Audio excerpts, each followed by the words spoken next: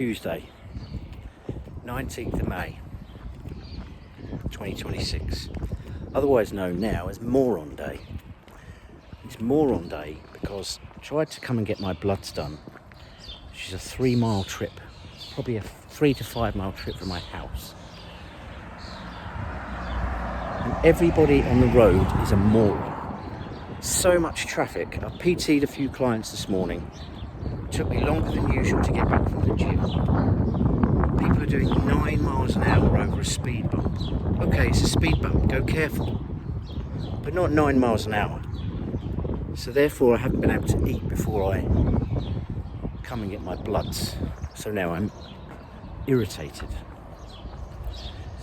And then even when I'm making the journey to the Orsett Hospital to get my monthly bloods done, there's even more morons on the road. What is it with people?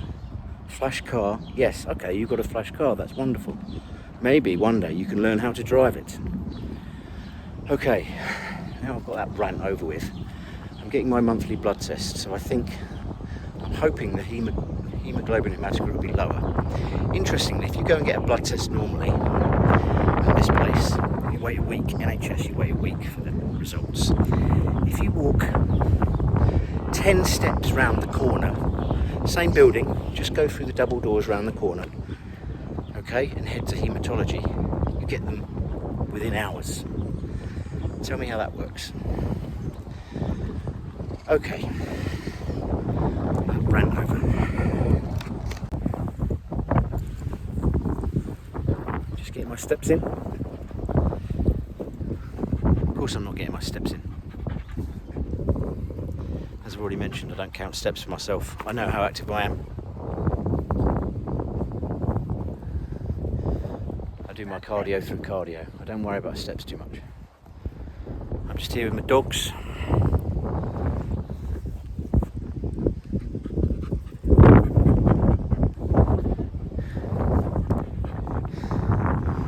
While my youngest is football training. Blood's done this afternoon. I haven't had a call back yet. Whether that means it was closed or whether that means I don't need a venesection, I don't know. I'll probably find out tomorrow.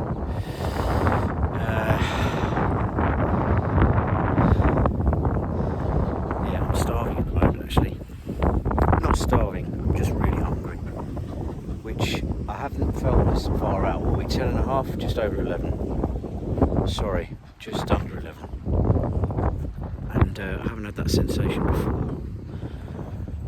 That's fine. I'm a little out of shape at the moment for me, so that's fine. Interestingly or not, each one of these dogs was a bloody prep spend. If anyone's done prep before, they know what I mean. Prep spending is a thing. I wrote a piece on my bodybuilding website, frontdouble.com, about prep spending. Each one of these was bought during a prep. And each one of these, funnily enough, is the name of a food or drink. What does that tell you about prep? Brandy, cocoa, fudge and Oreo. Go. May 20th, 2026, Wednesday. I've just had my blood results back, which have moved significantly. So last month, they were, hematocrit was 0.56, hemoglobin was 186. So I had my venesection, and what I've said before is that I've obviously added cardio in for quite a while now because I'm in prep. Nothing different, just the addition of cardio. Obviously the venesection, but historically with me it hasn't brought it down very much. So the hematocrit has come down to 0.52, which is where hematology want me to sit, 0.52. Perfect. Hemoglobin's come down to 166. That's 20 points. That's the biggest move that it's made in 18 months. I've had venesections before and the hemoglobin's gone up. Now the only difference that I've had is I have added in cardio. which rings true with what I think has happened in my previous preps in 2023 and 2024. Okay, so you're pushing quite hard. You're not in an off season. Okay, you're in a prep, so the food goes down. Okay, maybe the food goes down a little bit in the later on, a little bit in the initial stages maybe, but cardio comes in. Now cardio, if you've got high hematocrit and high hemoglobin, yes, you need to keep a track of venous sections. That will also reduce your ferritin. I'm not being given a venous section this month because my ferritin is tanked. It's 11, which is seriously low, but I don't have any anemic symptoms. Anything like low iron, you'll get anemic symptoms. So I'm not having a venous section this month because 0.52 is right on the cusp of where I need to be, and ferritin's too low. So yes, you need to keep an eye on that, but if you've got issues there, add cardio in straight away. People say you need to hydrate aggressively. You need to hydrate, yes, obviously be well hydrated, but unless you're seriously dehydrated, that's not going to be causing you seriously high hemoglobin and hematocrit. That's just not not to the levels of polycythemia or secondary erythrocytosis, which is increased blood volume, blood cells, hematocrit, etc. Add cardio in straight away. Increases the plasma volume. You've got blood, plasma volume, okay? If the plasma volume's tiny, your blood's thicker. Plasma volume's more, thins that blood a little bit. So that's what I would do. Anyway, I just wanted to talk through some supplements that I take for like a protection health stack. I'm not sponsored, so I'm not plugging any brand, okay? I'm not plugging someone's every single product under the sun for everyone's brand that you probably don't need. Omega-3, okay? 2 capsules, twice a day. Where are my glasses? I can't read a thing without my glasses. It's my age.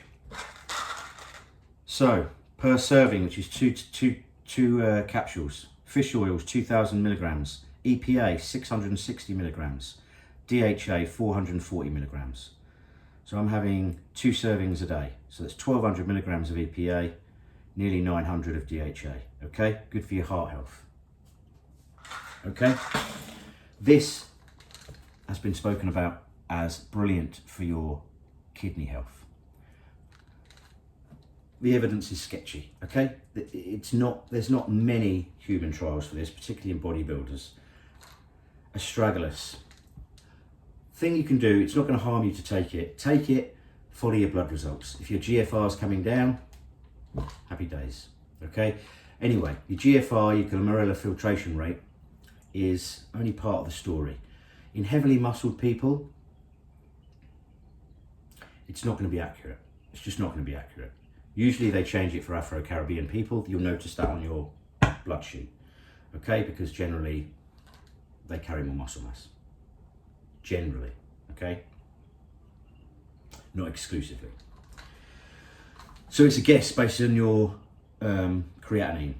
The GFR is, you see an E before it, that's estimated. It's a guess. If you're worried about your GFR, if you're worried about your kidney function, get a cystatin C test or a 24-hour clearance test. Otherwise, take astragalus. Okay? I always pronounce this wrong. Astragalus. It's not astragalus at all. There's no second L. Astragalus. 500 milligrams, 2 of those twice a day. So I'm taking 2 grams at the moment. I may up it to 4, I don't know. We'll see. It's supposed to be well-being as well as your kidney health.